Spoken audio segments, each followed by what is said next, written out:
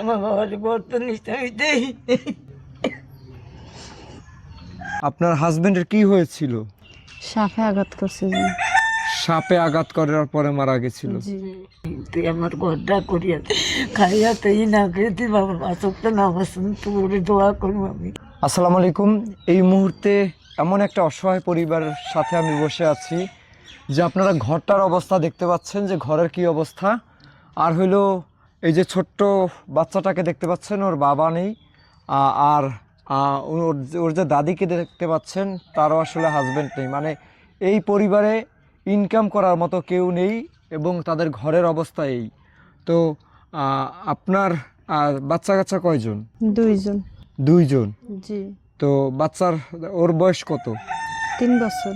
তো আপনার হাজবেন্ড মারা গেছে কতদিন আজকে? আজকে 10 মাস চলতে আছে যে। তো আপনার বড় বাচ্চা কি ছেলে নাকি মেয়ে? মেয়ে যে। 7 বছর। 7 বছর। জি। আপনার হাজবেন্ডের কি হয়েছিল? সাপে আঘাত করছে যে। সাপে আঘাত করার পরে মারা গেছিল। জি। তো সাপে আঘাত করছিল কোথায় বসে? বিলেতে যে। বিলেতে? উনি কি কাজ করতো কোথায়? এই বিলি যে কাজ করতো যে। বিলে কাজ করতো? কি কাজ করতো? ওই হামজা চালাইতো গেছে যে। মানে কৃষির জমির ওই মেশিন চালাইতো? জি। আচ্ছা আচ্ছা। সাপে কামড় দেওয়ার পরে মারা গেছে। হাসপাতালে নিতে পারছিলেন? নিচে যে নিয়ে হাঁটতে পারেন, ওদিকে মারা গেছে যে। নিতেই মারা গেছে? জি। অতই মারা গেছে। আপনার হাজবেন্ড কত বছর বয়সে মারা গেছে? এই 35 এরকম 30-35। 30-35। জি, আইডেন্টি কার্ডে আছে। আর আপনার জামাই মারা গেছে কবে দাদি? আমার জামাই মারা গেছে 10 বছর কাল, পুরা 10 বছর। পুরো 10 বছর। এখন সংসার কিভাবে চলে? আল্লাহ চালাই বাবু, আন্তলে খাই না, আন্তলে না খাইয়া চালিয়ে করিয়া খাইয়ে বউ লইয়া কই জামাই না না করিয়া আমি কই গেলাম পুঁতে থেকে গেছে। আমার না তোর ফোন নাই, আমার কেউ আছে? এই পাশে যে আছে তারই। সারাদিনই দেই মা, সারাদিনই দেই।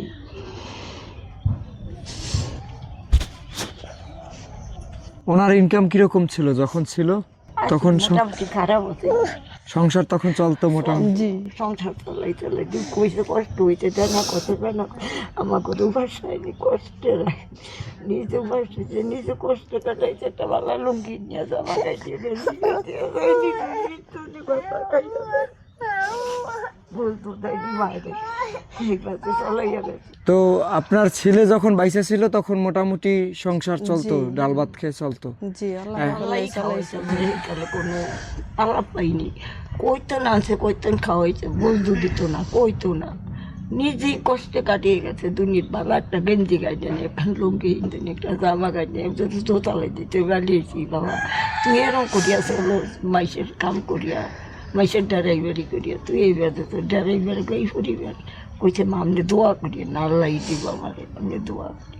এই শেষ 2-3 জায়গা আমার বাবার গর্ত নিচে আমি দেই।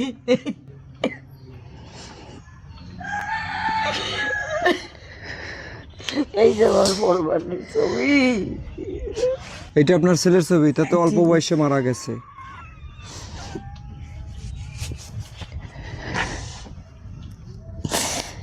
আপনাদের জন্য মানে যেই মানুষটা কিছু টাকা সাহায্য করছে আপনাদের জন্য, সেই টাকা দিয়ে কি করতে পারি আমি? তারপর করিয়া দেন আমার করে দয়া করিয়া বাবা তুই আমার ছোট উঠতে লাই, তুই আমার গড্ডা করিয়া খাইয়া তুই না খেয়ে তুই বাবা বাসক তো নামাজ তোরে দোয়া করবো আমি। মাথাটা গুলিয়ে জায়গা দিয়ে দে বাবা আমার। আপনার কাছে ঢুকিছে, আর কিছু চাই না, আর কিছু না। ফাঁসক তো নামাজ সরি আপনি করে দোয়া করতে পারি। আল্লাহ নায়না তোমার মাথা যত যত হয় তোমার নানা করে দেখ তোমাকে ঘরে, আর আল্লাহ আমাদের দুটো মাঝে সুখে শান্তি খাও, আল্লাহর কাছে দোয়া করি। আমি যতদিন তুমি এসেছি ততদিন এই দোয়াই করবো তোমাকে ফুটার কাছে। যে টাকাটা দিছে, কিছু টাকা দিছে আপনাদের সাহায্য করার জন্য, তাহলে আপনাদের ঘর করে দিলে আপনারা আপনাদের নাতি বাকি বউরে নিয়ে মাথা গোজার ঠাইটা পাবেন। যে এখন তো দেখা যায় বৃষ্টি পড়ার আগে আপনার ঘরে পড়ে যায়, এই যে পুরো ঘরের মধ্যে ভেজা। তো ঘর করতে আনুমানিক কত টাকা লাগবে জানা আছে? না রে বাবা আমি জানি না। জানেন না? তো আপনার কি রকমের ঘর লাগবে? 6 ছোট্ট করে একটা। আমরা যেরকম আমিও খুশি, যেরকম 6 ছোট্টর মধ্যে একটা ঘর হইলে, মানে মাথা গোজার মতো একটা ঘর হইলে আপনাদের এইতেই খুশি? আল্লাহর কাছে লাখ শুকুর আদায় করবো আমি, আমার এরকম দরকার আছে।